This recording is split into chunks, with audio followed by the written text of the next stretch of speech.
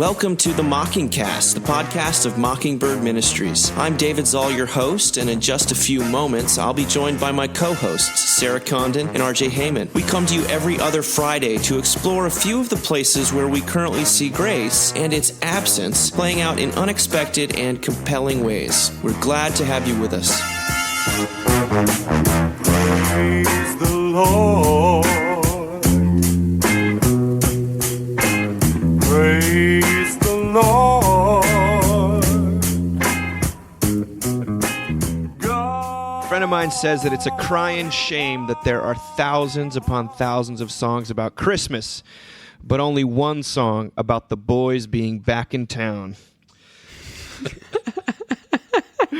I love that line. I think it's true. I love Thin Lizzy as well. But today we're beginning by talking about boys, B-O-Y-S. And I just thought, since we've got a lot to talk about today, let's just jump straight in. Skip over the niceties. Sarah, go for the Here jugular. the perpetually wise Sarah Condon. Oh, my word. That's how she was described by one very prominent journalist, which I thought was actually understating the fact. He doesn't know me in real life, obviously. The perpetually wise Sarah Condon wrote a piece for Mockingbird called "When the World Calls Them Otherwise, God Calls Them Good." And Sarah, the response to this article, it's as viral a thing that has gone up on Mockingbird in quite some time. And clearly you struck a major nerve. Let's see what resonated. Boys, she's talking about raising kids today. Boys are deemed too intense, too loud, too active.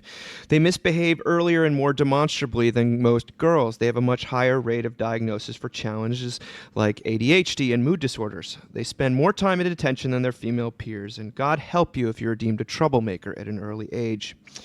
To be honest, the world can feel like it is geared towards really well-behaved girls. Education definitely feels this way. Expecting children to sit for 7 hours a day with few breaks in between is how many children in our country do school. And the less resourced the community, the harder school generally is on the boys. Parenting can feel that way too. And Sarah, just for the sake of listeners who don't know the stats, but you have one boy and one girl. So a little bit of more authority than perhaps I might have. When I look at my friends who have 2 or 3 quiet daughters, I sometimes wonder if we are even doing the same thing. You go on to say, the world does not trust boys, and to a certain degree I understand the mistrust. Mass shootings, sexual violence, and money embezzlement are all generally the crimes of men. But boys are not men yet. I remember when Olympian Ryan Lochte was called to task for his crime at the Brazilian Olympics. People defended him, claiming that he was, quote, just a boy. I looked at my then first grader and shuddered at this comparison. He did not need to be put into the same category as this misbehaving man. And yet, I think that our need to call men who commit such crimes boys says more about the way we think about our boys than the way we think about those men.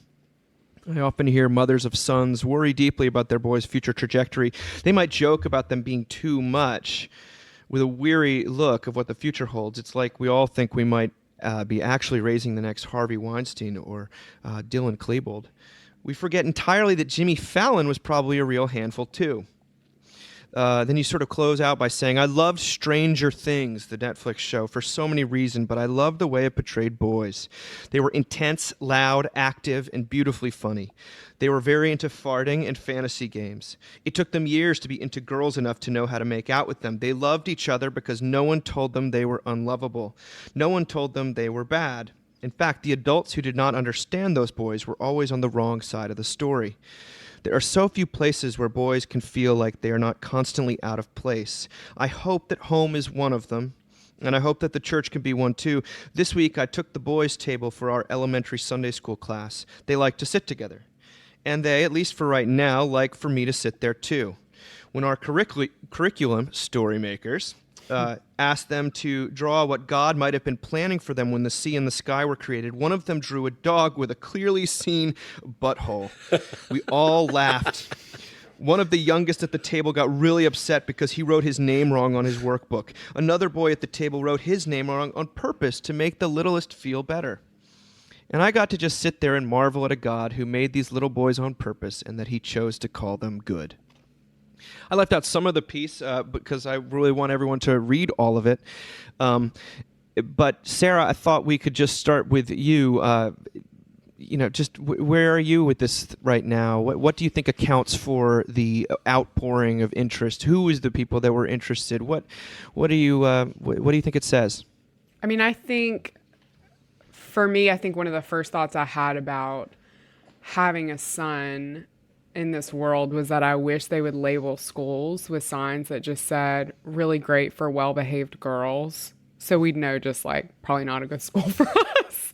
That was the first time I was like, oh, this is gonna be hard and this is gonna be different. And then I think, for whatever reason, we're seeing a really, really high, high diagnosis rate for our boys. And I think what I definitely didn't want to communicate to people was like they're being over diagnosed.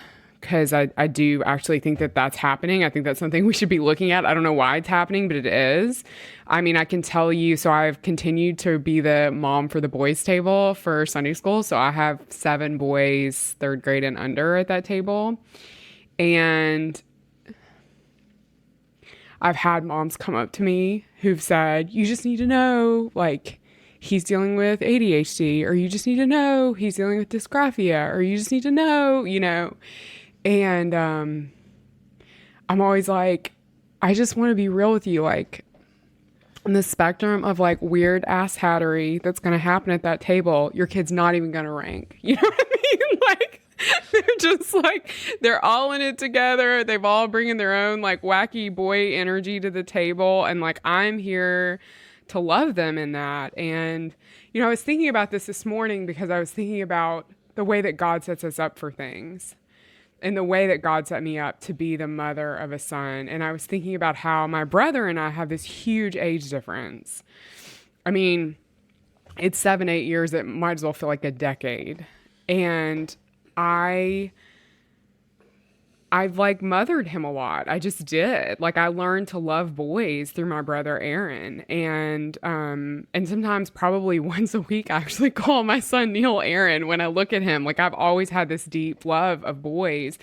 And I think that the world does not. And I think if there was anything that, when we write things, and you guys know this because sometimes you write things, it's like, Aunt Becky is Jesus, right? Like, that wasn't you, that was the Holy Spirit, right, RJ? Like, you have these moments, you're just like, oh my gosh. And when I thought why it's so upsetting to me when these celebrities, when these public figures just do terrible things, and people say, oh, well, they were just a boy when it happened, people get really mad about that because they're like, they're not boys, or there's this whole sort of like righteous indignation that happens about them being men. And it's like, I actually could give, a shit about, I've decided I can say this word now on the podcast. So 2nd week in a row, here we go, about those guys. What I care deeply about is what you're beginning to say about our boys. I will say what I loved about the reaction to this piece is I didn't have people. It obviously is such an issue because no one has stepped forward and been like, but what about girls? You know what I mean? Like, it's really, that really says something to me, because I was worried people were going to be like, this is sexist. And no one has said that, because if you are raising a son in this world, you know that this is true. So, yeah. And it's almost, you're not really, people, for whatever reason, don't feel like they're allowed to say it, most of this stuff. And but RJ, you've raised two boys, and you're raising a third right now. I guess you're raising all three. Yeah, we are all boys all the time in our household. I have 3 brothers. My wife has 4 brothers. We have 3 boys. So it is just boys, boys, boys. And it's just what we're used to. And I remember Jamie made a friend when our middle son was in preschool who had 2 girls, and she went over to this friend's house one afternoon, and it was like dead silent. And she was like, are the girls home? And her friend was like, oh yeah. I was like, where are they? Oh, they're just playing in their room quietly. And it was like, what is going on? Because in our household, when things get quiet, that the boys are up to no good. We literally had somebody's on we the literally roof. had our boys convinced that Jamie had magic powers, because if things got too quiet, you knew they were off in their room, like coloring on the wall or something like that, or taking something apart. And so we love us some boys, and. Talking about this makes everyone a little bit nervous, right? Because you don't want to get into sort of gendered stereotypes of boys are like this and girls are like this. But if you've never listened to the This American Life testosterone episode, listen to that. It is unbelievable, because it's stories about men who like physically, biologically lose their testosterone and what happens. Trans women who start taking testosterone and what happens. And it's a powerful thing. We're big on Mockingbird here about forces kind of, beyond our control to some degree. And testosterone is powerful. And having had two boys go through, one who's been through puberty and one who's going through puberty, man, it just, it throws you for a loop. And I feel it is kind of, I don't say it's temporary insanity, but it is like a temporary personality shift. And so we love boys. We've embraced the danger. My wife finally at some point said to me, because I'm happy, my 3-year-old son, who's actually 2 when this happened a few weeks back, found a way to get himself on our roof. He pushed the chair up against a fence, scaled a fence, climbed on a shed, and pulled himself up on the roof. And we only found out because we were in our bedroom under where the roof was, and we heard the pitter patter of something on the roof. We go outside and see our 2-year-old proud as could be. And my wife starts hyperventilating, and I was proud of him, And so early on with our first round, because again, we have a 17-year-old, a 14-year-old, and a now 3-year-old. Right. My wife, we would go to the playground in New York City, and our sons would be doing all sorts of dangerous things. And finally, my wife is like, I can't be here. She's like, I'm happy to clean up the blood. I just can't watch it happen. And so that was like the nice division of labor. Of labor. Yeah. And also this is also going to come off as slightly, I don't know, sexist, but I'm going to say it. I did find myself thinking in the midst of that, because my wife is about the most amazing boy mom that there could possibly be. And even she was like, I can't do this. This is too much for me, right? I can't be here to watch the fall happen. That to some degree, like, moms exist so that children will stay alive, and dads exist so that they'll sort of take some risks or something like that. The dads are just more comfortable with risk taking. And let's face it, risk taking is really fun, but it's also scary and dangerous. And if it's all dads, there might be a little too much risk taking.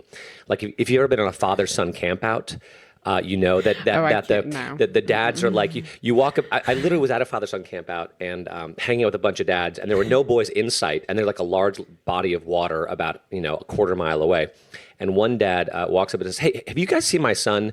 And one was like, oh, I saw him down by the water like 15 minutes ago. Go check there. And I just thought to myself, yeah, Sarah's about to have a heart attack right now.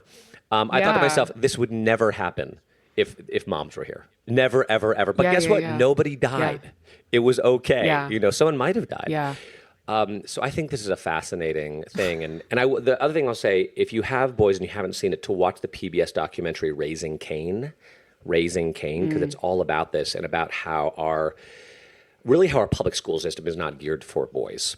And especially as things like recess get cut, and as people are expected to sit quietly at a desk for hours on end, it is not, as you said, Sarah, it's not a boy-friendly environment. And I'm so thankful that my 2 oldest boys went to an all-boys school in New York for a number of years, which really understood boys. And classes ended at like 1:30 in the afternoon, and they went and ran around for 2 hours after that. So it makes a huge genius, difference. Sarah Condon. I think the other thing I would say in this is, like, I have a lot of friends actually in my life, maybe just because I need balance, who have only girls. Like, I have a lot of mom friends that have only girls. And it was funny to have this piece go up, and one of my friends from church was keeping our kids on Sunday night because we both are leading worship. And she sent me this whole series of pictures because they'd found a lizard in the house. And they'd Yes. straight up handed Neil a broom. And they were like, go get the lizard. And it's just like this like beautiful series of him like almost knocking everything over in their house like to get a lizard out. So it's not to say that like there aren't these incredible parents of daughters who get it and who are like who choose to be in it with me at certain moments, which I also find to be such a gift. But you know, I will be honest with you, if I were the parent of two girls, especially two, I mean, I know that there are girls with ADHD and I know all that with behavior stuff, but generally speaking, my friends with a couple of girls, it's just a lower key house. If I were that mom, I would be so judgmental. I mean, I just know that. I would be so judgmental. And so that's the gift God has given me, is he's just ripped away my ability to judge. Your cross to bear. It's so interesting to hear you guys talk about this. RJ, I remember when we had our second boy, your wife actually told my wife, is like, the secret to raising boys is just you got to feed them, sleep them, and run them. Yeah, they're like dogs. They're like dogs. They're like dogs. And we've definitely found that to be true.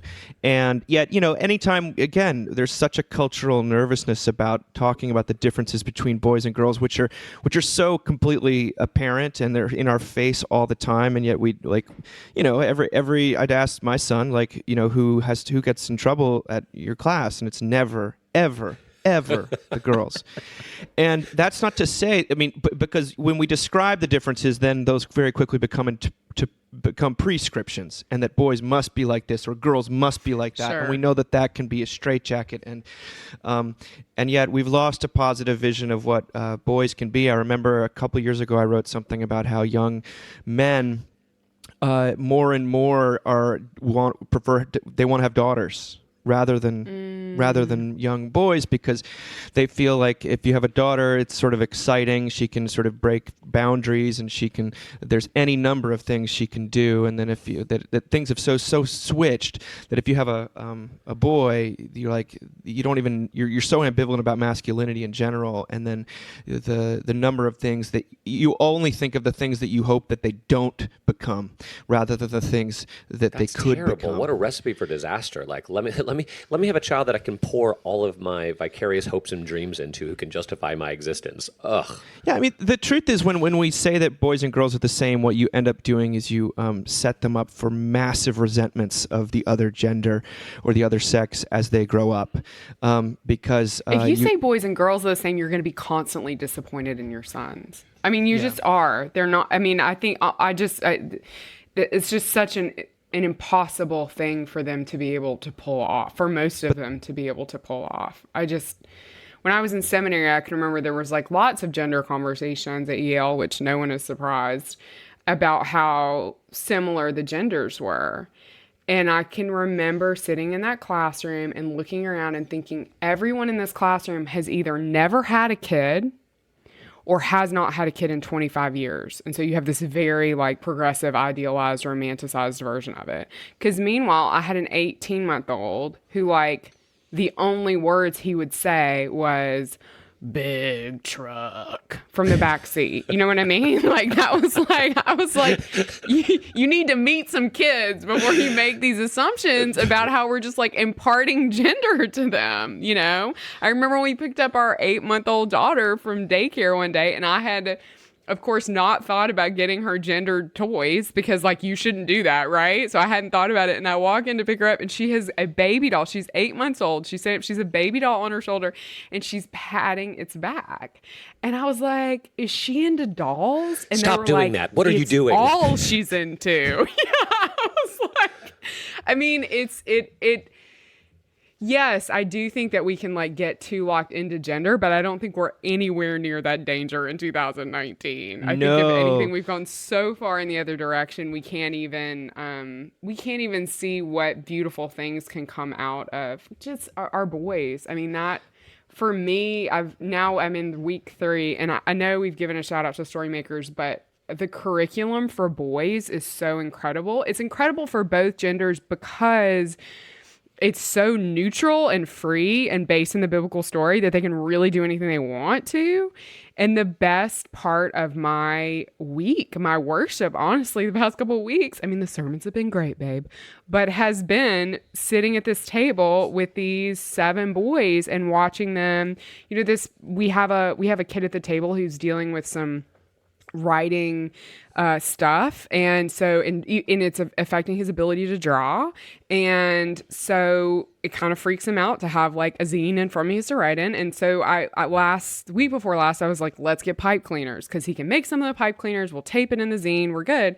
So it was so funny, we pull out all these pipe cleaners and like half the boys at the table were like, awesome, you know, like then none of them had to draw. They could all just make their own weird, you know, they immediately all made creations guns. And yeah, exactly, like, you know, I mean, the best was what the ecosystem, you know, draw your own ecosystem. We're learning about creation, and one of the boys draws Danger World. I mean, that's like, you just don't get any better than Danger World. So I mean, and Sarah, one of the things that's so great about that piece that I think is when you highlight Stranger Things, you're not just saying that boys are tougher, you also say that they have their own gifts, and like those boys, you know, they're the adventurous and they're risk takers, and they're the kind of they get really earnest about, like, you know, these conceptual silliness things, but they're kind of they display a lot of what you would call boyish traits without it being the negativity, like I mean, the guy who's like uber masculine is like the villain, but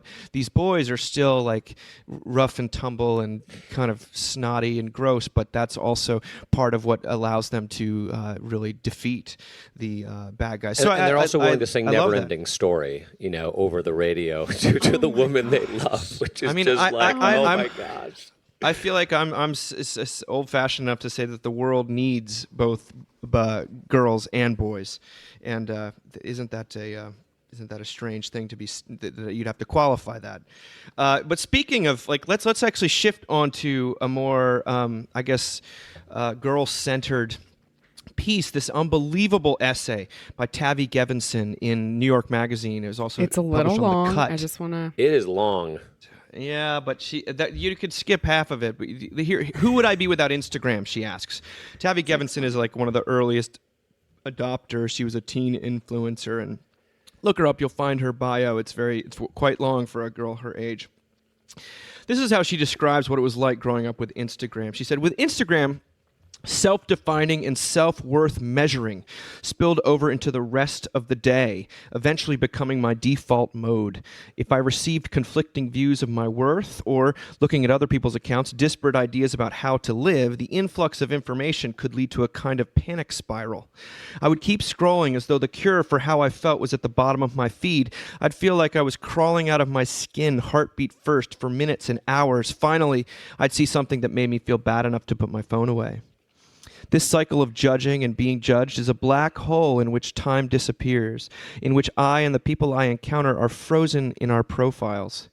It is where I nourish my insecurities over the millions of past versions of me that float around like old yearbook photos, and where I still judge people I don't know for reasons I can't even remember.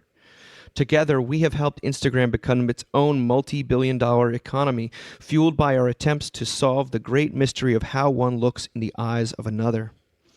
There are plenty of well-documented reasons to distrust Instagram, but most unnerving are the ways in which it has led me to distrust myself. After countless adventures through the black hole, my propensity to share, perform, and entertain has melded with a desire far more cynical: to be liked quantifiably for an idealized version of myself at a rate not possible even 10 years ago. I think I am a writer and an actor and an artist, but I haven't believed the purity of my own intentions ever since I became my own salesperson, too. And she goes on she says, when I review posts from a few years ago now, I almost envy my own life as though it were someone else's. Then I mentally fill it out with everything that happened off camera. Here's my friend and me dancing at a fashion party in very tiny outfits. Today, we no longer speak. Here's me in the pool at my Palm Springs Airbnb. I self-medicated so much I missed my flight home. Here's me posing at the Met Ball. I sent my therapist an email declaring my spiritual crisis from inside the after-party bathroom. Outside the bathroom at the Standard Hotel was a literal hall of mirrors. stop there. There's another section I want to read, but where are you guys? Is this all sort of obvious stuff, just really, really well articulated, or is anything fresh for you? Well, I was thinking about the Instagram screenshot that I sent you guys and TJ of a woman who was doing a birth announcement. And I don't even know why she's popular. She's an influencer. I don't know why. It's probably her hair. But she was on there to make a birth announcement. And it was just the most coordinated, thing I've ever seen, and contrived, frankly. I mean, it was just orange, a lot of orange, fall oriented, a buffalo check print, which I'm into, and is very hot at Kirkland's right now. So, and her turned to the side with her hand on her belly, holding the photograph of the ultrasound. I mean, it was a lot. And I looked at it, and the thing with Instagram, it's the thing with social media. It's the thing with the internet. And Dave, I feel like you were the first person I heard say this. We are so in the wild west of this shit. I mean, sorry, second time, you guys. But I really feel like we are in the 1920s with cigarettes. You know what I mean? You had a cough in the 1920s, but you were can't be the cigarettes. I keep hearing they're good for me. My doctor prescribed them for my speech impediment. So because I saw that photograph of her, and it was so many different psychological things that happened for me. A, her hair, because I'm obsessed with good hair and I don't have it. B, I definitely did not do anything like this when I found out I was pregnant with my own children. And it was really hard for me to get pregnant. We had all sorts of fertility stuff. I'm I obviously didn't do this well. I should have made a much bigger production out of it. See, how does she get her husband to wear what she tells him to wear? I don't know what that secret is, but I don't possess that ability. You know what I mean? It was so many layers of me hating her, me judging her, my own inadequacy, all in one image.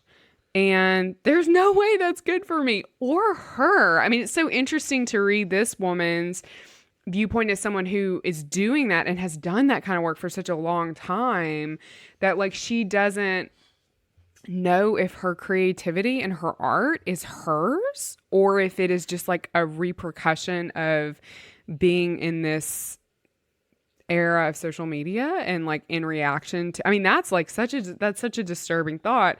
And yet it's a thought on some level I think I can identify with as someone who writes. So anyway, I was it was pretty disturbing. Rutger? I'm so old. I'm not. You are. I know. Old. I was I'm not on Instagram. I can't do it. I'm still on. Is Jamie there? Can Jamie talk? Honestly, only for her business. Her business is on Instagram. Yeah. And we're trying to think through what that it. looks like. What it looks like. But she probably posted last 2 months ago or something like that. And she's doing just fine without it. And we don't really understand it.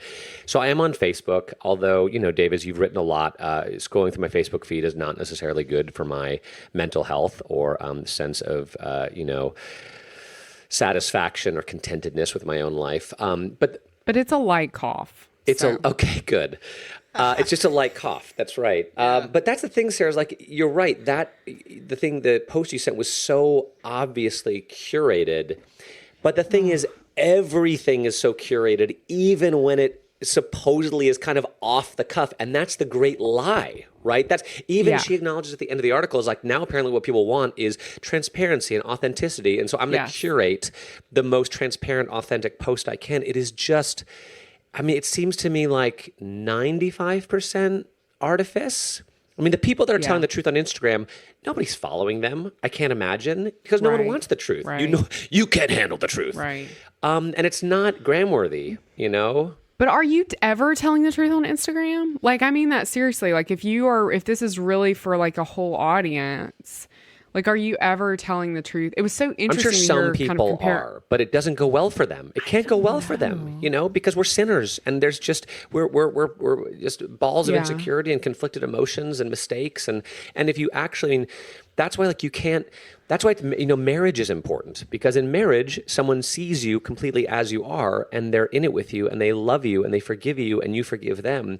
But man, bare your soul to someone who doesn't really love you or know you, isn't in it with you. Like, good luck. I don't know. Well, the notion that you always have an audience and that you can't, growing up like that, I mean, it to some extent, if for those of us who believe in God, we believe that God is present, and that in one sense we do have an audience, but it's not an audience of criticism, or at least some people do internalize it as an audience of condemnation and criticism. But here you have, I almost want to say, I think people automatically actually assume, even when they're alone, that there is some sentience, or that is the feeling of you're an audience to yourself. Even she finally kind of comes full circle, and the way that she's able to get back into Instagram is to pay attention to the people that seem to be having fun. Yes. Yeah. And I love that, how she talked about sort of but there's one passage in here about self-sabotage, which was too rich not to share. She says, "In the mirror, my face tells me the story of my own anxiety. In 2014, the same year I moved to New York, with my face on the cover of this very magazine, New York Magazine, I developed a habit of picking at its skin.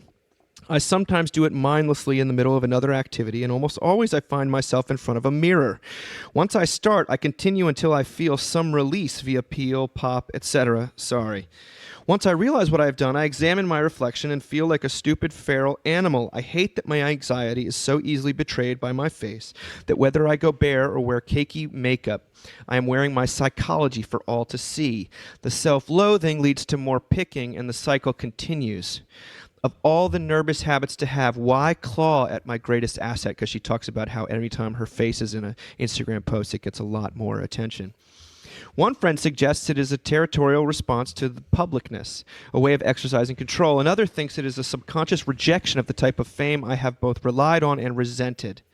I wonder if, the longer I continue to pick at my face, the longer I feel less like a participant in the adult world and more like a teenager who is still just visiting. With scabs and pimples, I am not taking any of this too seriously. I am dodging certain expectations before I can fail to meet them. I'm still an advanced child rather than an averaged adult. Again, I hate to be so cynical and old, but even as I'm reading the article, I'm thinking to myself, would she even be writing this article if the latest research and posts that are trending were not about sort of transparency and self-revealing? Is even this article a calculation based on what her audience seems to want right now? So it was nice to see someone talk so transparently about what it's been like to be on Instagram and to put herself out there and to subject herself to judgment and the self-loathing and the inner accuser.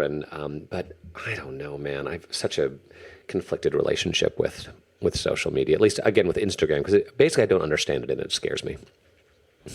So Sarah, as someone who is very fluent Thanks, in Dad. a language, no, whatever. I feel like I need to do it. Like how, Sarah, what do you think? I mean, why Instagram? I like mixing text with images. I think it's interesting and funny, and engaging. And so I do enjoy that part of it.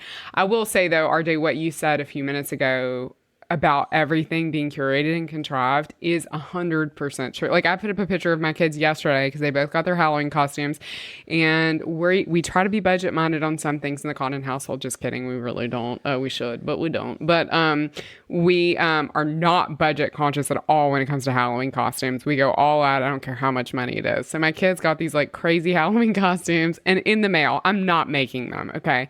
And your son's involved a dog in a butt, interestingly, to bring things full circle to. It really does. But I took a picture of them in our living room, which is like, as loud and brightly colored as one might imagine my living room is. And there are puzzles everywhere. I mean, it's mass chaos. The dog's walking through. And it is very off the cuff. It's not like I told the kids to pull puzzles out. I mean, it is.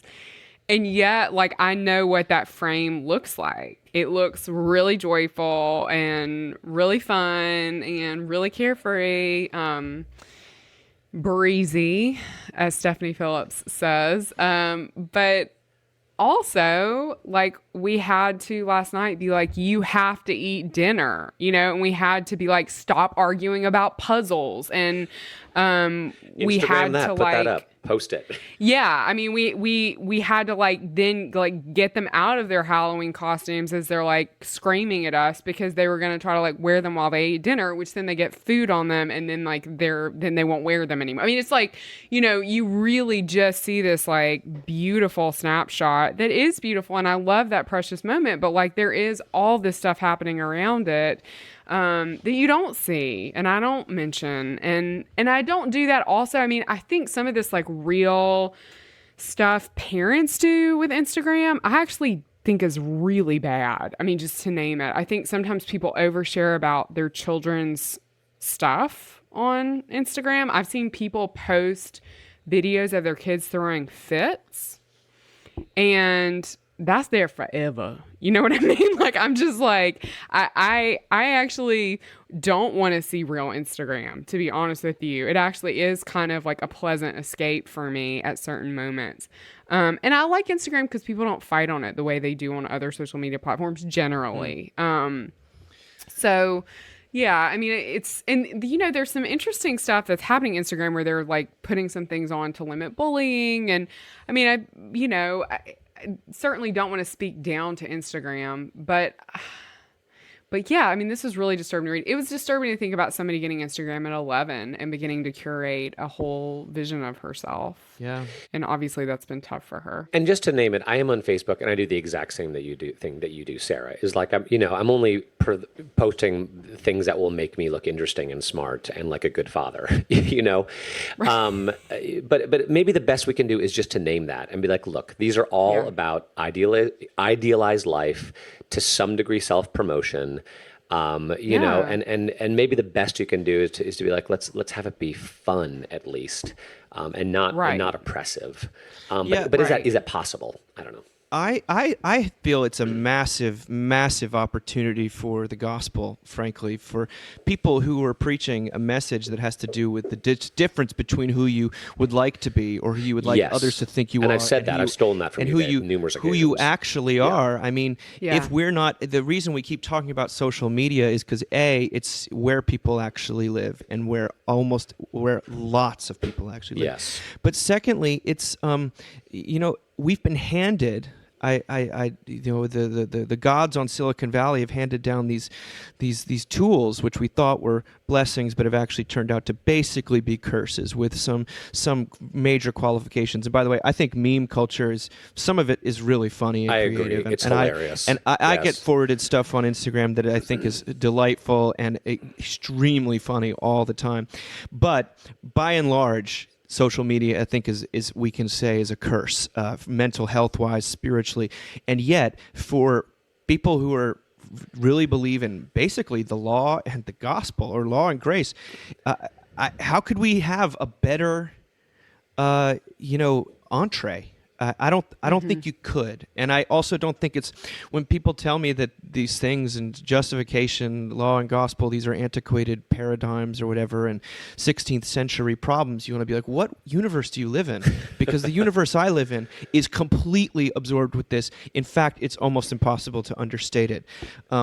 So that's my 2 cents on the matter. So then maybe the task is for Christians to think creatively about how they can use these tools to, not just the pulpit. The pulpit is a place to do it, but is there a way actually to lay that bare and preach good and sort of bring forth good news at the same time? Like you just preach the law by simply describing what it's like to be on Instagram, as Tabby Gevinson did, I think. And then you talk about, well, what if your righteousness was a gift, or what if the audience that was actually paying attention to you loved you? What would that be like?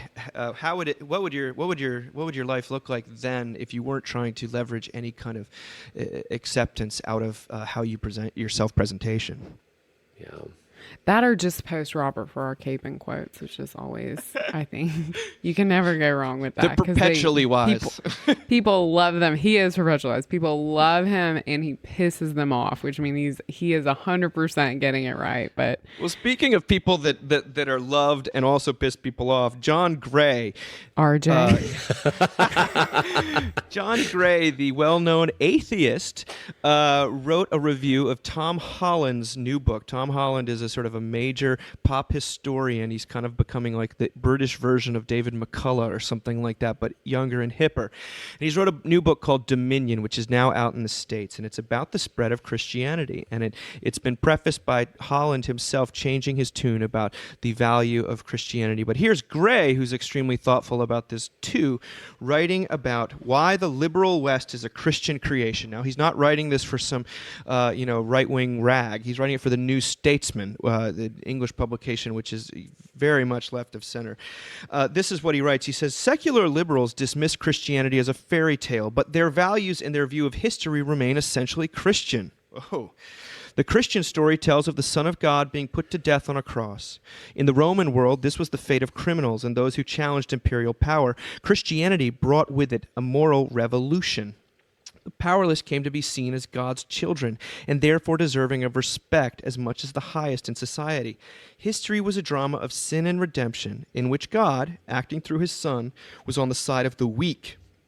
Modern progressive movements have renewed this sacred history, though it is no longer God but quote-unquote humanity that speaks for the powerless. Unlike many, Tom Holland did not stay stuck in a posture of adolescent scorn for the religion in which he had been reared. 20 years of reading and writing about classical antiquity wore away his youthful admiration for pagan culture.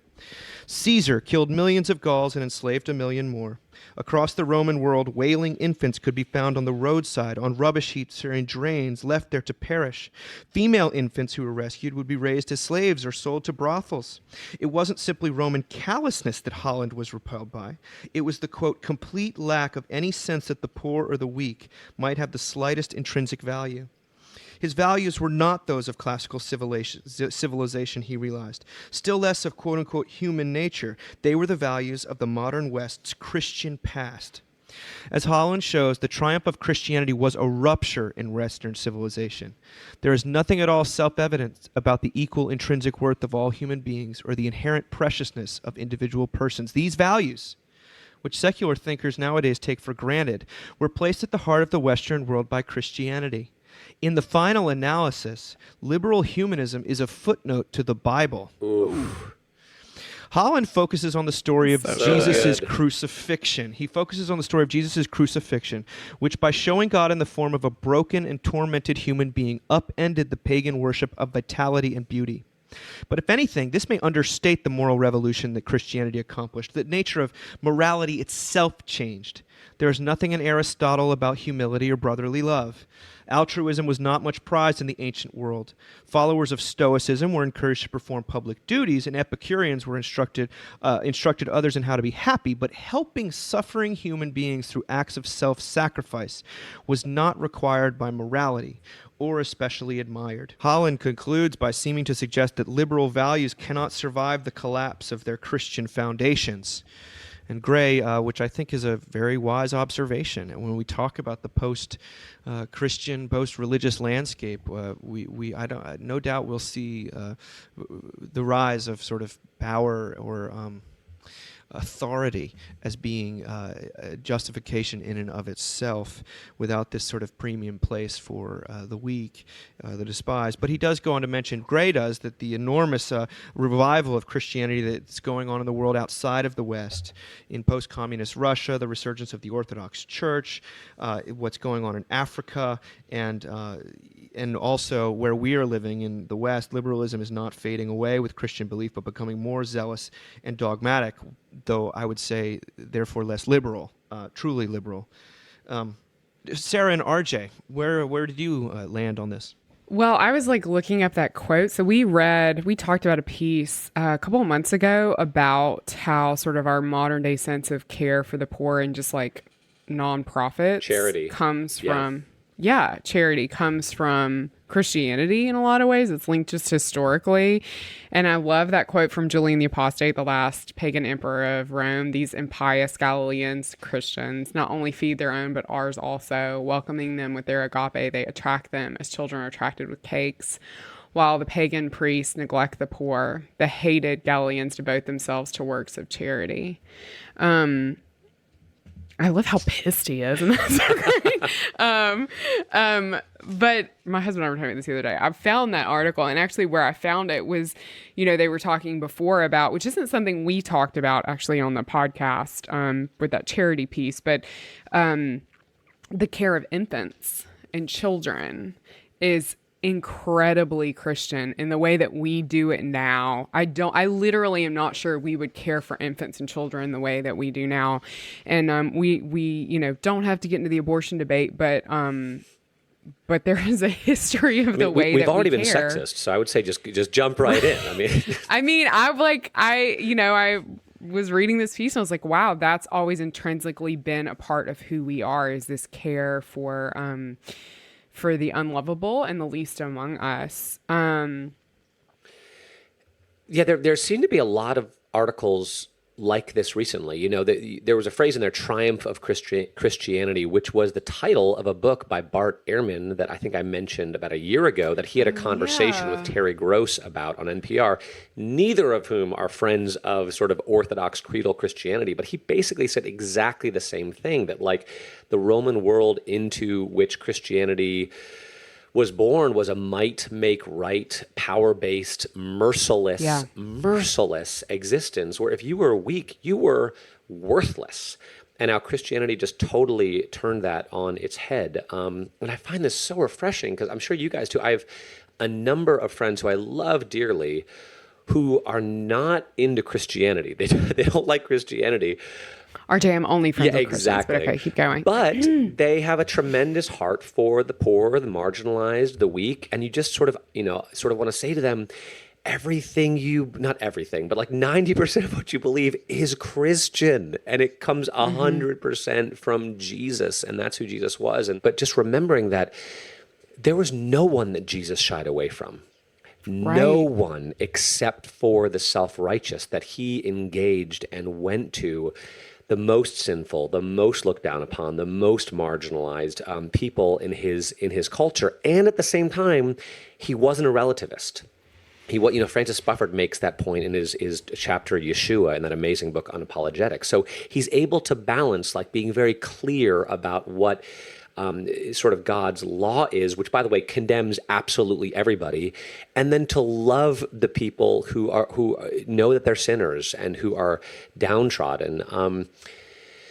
So I think it's important to say, and I guess the last thing I would say is I found this piece to be hopeful, and this is really Pollyanna-ish of me, but maybe there actually is a way for quote-unquote conservatives and quote-unquote liberals in our culture to come together, I don't know, I want to say around the person of Jesus, which is, again, hopelessly optimistic.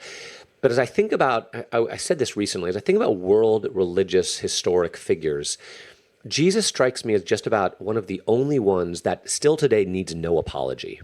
Like there's nothing he does in his ministry that you look back and you're like, ugh.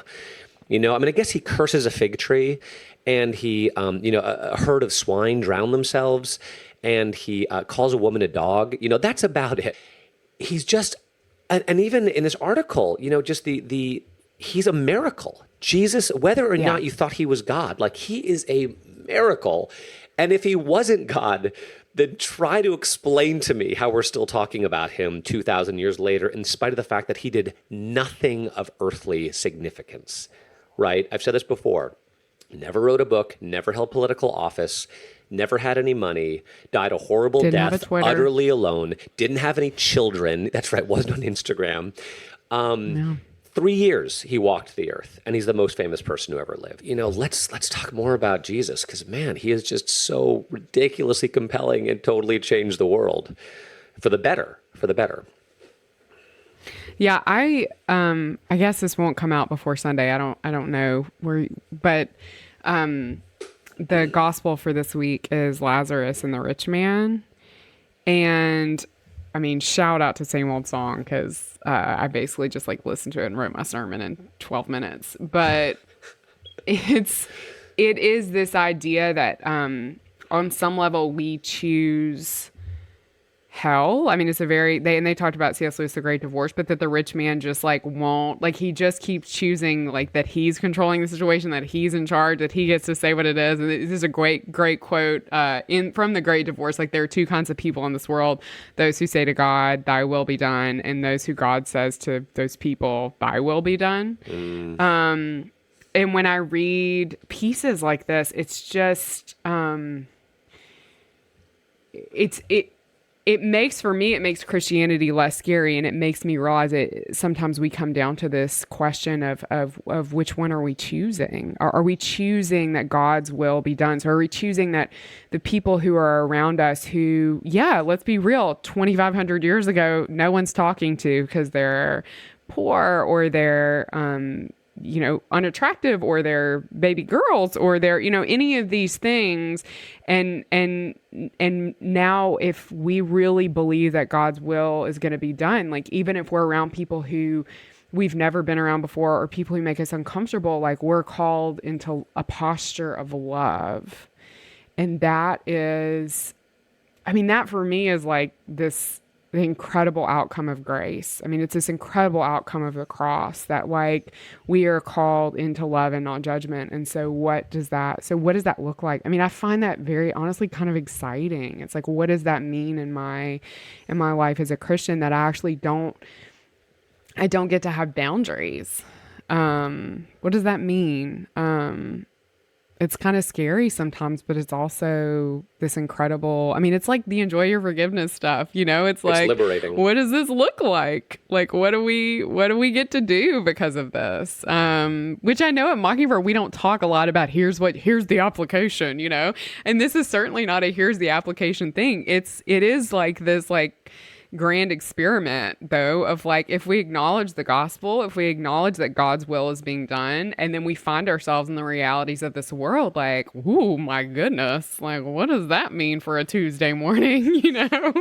Yeah. So. I mean, the unfortunate thing is as what he's suggesting, or at least Holland's suggesting, is that we might lose some of this beauty of what we're talking about as we lose actually the reverence for Jesus as God and as sort of the ultimate real authority. Because you do see, today you see when it comes to the Lazaruses of the world and the least, the little, that people, the second that becomes a special status, people use it to justify themselves, and it becomes a bunch of different. Everything becomes a bunch of different demographics who are jockeying not to love people because they are the last, the least, the lost, the lonely, but because that somehow bestows on them some kind of special status rather than a lack of status. So it's a very. I think that Jesus is what's so incredible about him is he's both able to love, and yet, as we know, not even like the beggars of the world showed up at the cross and said, "Let him down." Everyone, right. Everyone. Where was blind like, Bartimaeus when Jesus needed him? Yeah, like we can't glamorize victims basically because everyone is both of these things. I think the moment, though, that our love becomes self-derivative and not love because we're loved is that, that's always the difference for me. It's like, I'm exhausted if you tell me that these are the people I have to love because this is the X reason that they were marginalized. Like, there's that, the world's an endless newsfeed of that. Yeah. But when I can recognize that despite, what time is it? We're at 10 a.m. All of the sins I've committed at this point in the day already? Like, do you know how nice the cars are in our neighborhood and that I drive a 2011 Subaru? Like, already? That Jesus has chosen to love me? That's just different. Like, then it's like, this is crazy, this Christianity thing. Like, it just becomes this, like, kind of wild adventure about, like, what's your day going to look like? Because there is this mighty God who has loved you against all odds. And so what does that mean for all of, like, the people that you're going to deal with that day? Like, what does that mean for, like, how you might respond to them? Because you're, like, so mystified that someone has chosen to love you. And that's sort of So- freedom, I guess, isn't it? It's crazy freedom. I mean, it's not like I'm in this all the time or I think this all the time, but I do have these moments where it's like, oh my And Sarah, I just want to word. name, that's exactly what we quote unquote mockingbirders are talking about when we say that that the indicatives, the imperatives flow from the indicatives, that Christian living, like you're talking about, that kind of freely loving, walking, at those moments when you actually maybe are walking the earth the way that Jesus did and treating people like people and listening to them, it flows from connecting over and over and over again with your prior belovedness. You don't go do it because you're supposed to or because you ought to. You do it because you just have experienced this love, and It's astonishing. It's a better way to live. It is a more fun way to live in the It freedom of the totally Holy is. Spirit than sort of. You laugh at your own self-righteousness. You laugh do. at your own anger. Yeah, I mean, it's fun incredible. and free, and again, Yeah. not that any of us, that's the ideal, and maybe we have a few days a year when that's when life looks Yes. like, but to the degree that we Yes. can connect to God's untamable love for us, it's going to empower us and inspire us to sort of be beacons of that, in the world around us. And also the faith to let God sort out the whatever needs to be sorted out. That's right. To not be so consumed by your anxieties that it derails absolutely everything. Yeah, it's we don't have to figure out what's exactly we don't have to parse things in the world and figure out exactly what we're just called to simply respond. Yeah, right? it's interesting. It's like that thing people talk about. What is it called? Where there's a philosopher or something that said it, where you kind of, you believe because you just want to err on the side of safety, right? Pascal's wager. Yes. And I always think that's like much more applicable to people, and as someone who like falls into judgment and judging others all the time, like that's always the place. I mean, RJ's always very good at this. Like you just like assume the best because it's not yours to deal with, Well, I think that's where we should end. We've gone way over time here, but clearly we've had a lot to say.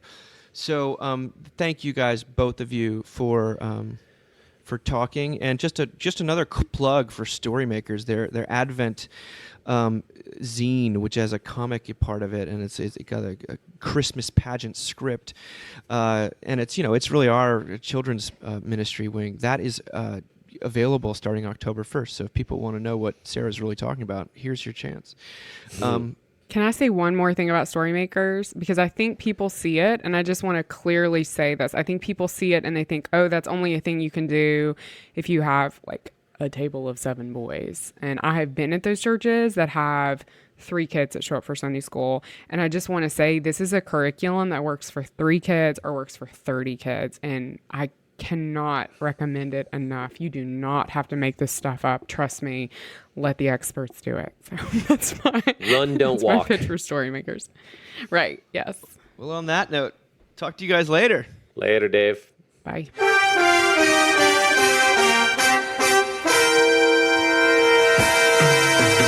Thank you for listening. Remember, you can find us on the web at www.mbird.com. And we'd always love to hear from you at info@mbird.com. Audio production for the Mockingcast is provided by the Narrativo Group, and if you like what you've heard, please do drop over to iTunes and leave us a rating and review. Until next time.